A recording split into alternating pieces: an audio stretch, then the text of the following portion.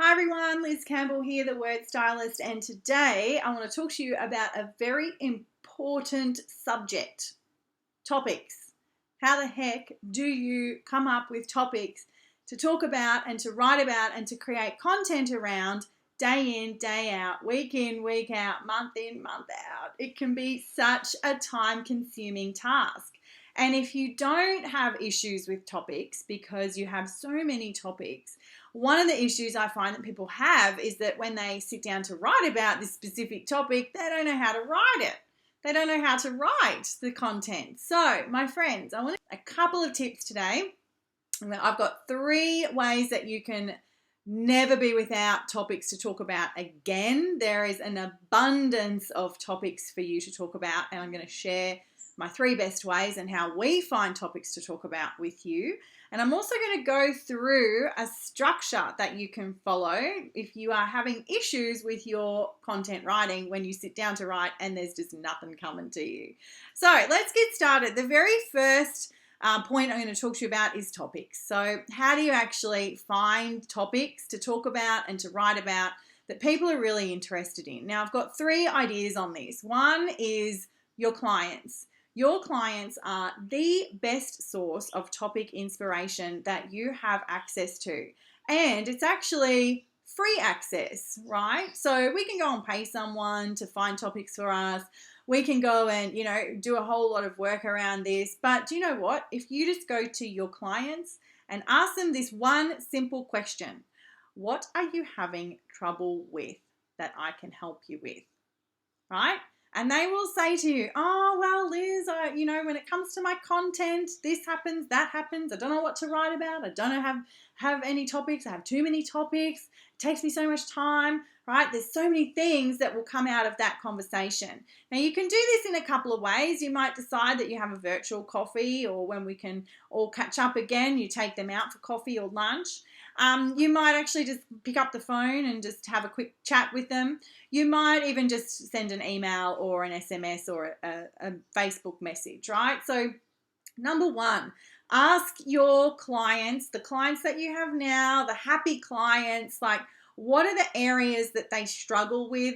Use words like challenges, obstacles, objections, problems, issues, but also remember to focus on the good things that they're doing with their, that your area of expertise. So for us, it's content. So focusing on what cool things they're doing with content and asking them their opinions and their ideas on things, right? So this is like just a head explosion of amazing topics that if your clients are interested in and they are telling you this stuff, then there's going to be so many other people out there, potential clients and leads, who are going to want to know this stuff from you too.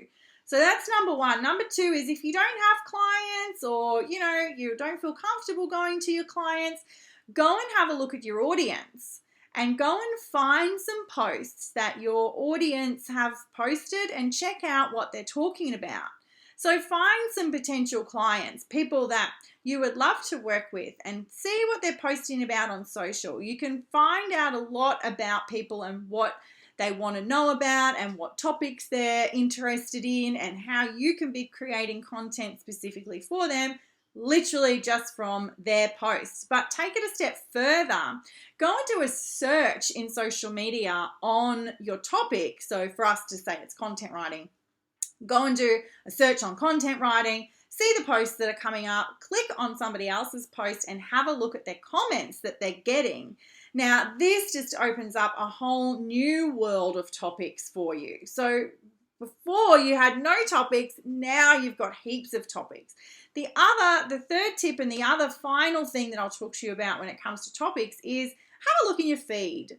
So have a look at ads in your feed and check out, like, what are people talking about in the ads? What issues? They'll generally, ad copy is written by a very successful content writer, somebody with years of experience, they've paid a lot of money. Go and have a look at the big influencers. They've paid a lot of money generally to have these ads written, or they've got some outside help usually. Sometimes they don't. Sometimes they write them themselves. But you would typically think that somebody's post that's an ad has been written by someone who knows what they're doing or what they're talking about, right? So go and have a look at that and see how they're writing them, and then take some inspiration from that for your topics. They'll generally talk about issues or stories or some steps, right? And you go, ooh, just say that the influencer has the same audience as you, just on a bigger level, bigger scale. You can take some of that content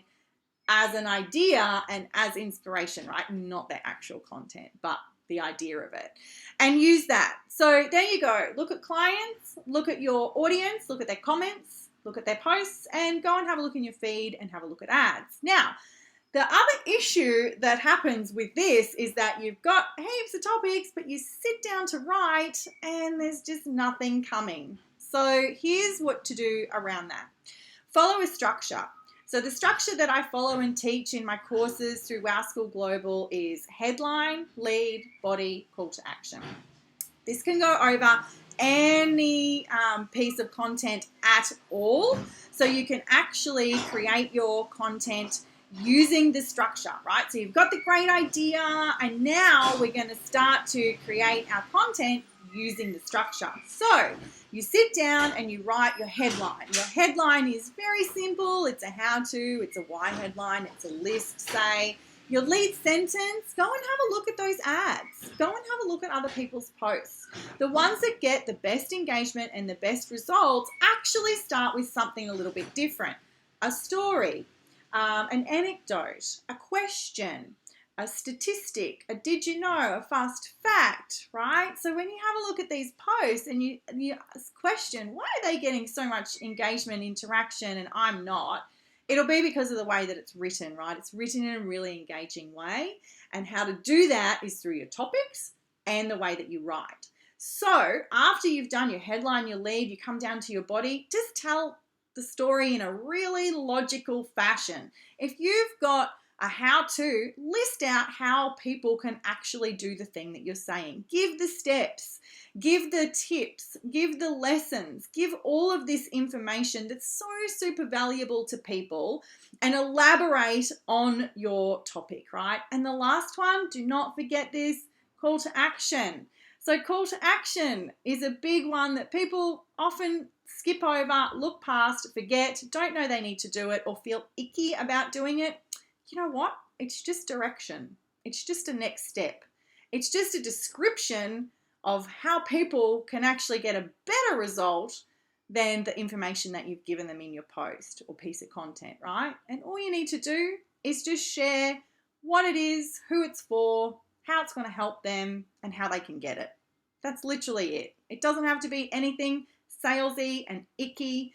All it is a description, an action-worthy description of your next step for people, so that they can decide if they want to take that next step or not. You're not forcing them to do anything. There's nothing to feel icky about. It's generally not salesy. You're not asking them to spend $10,000 or $50,000 with you.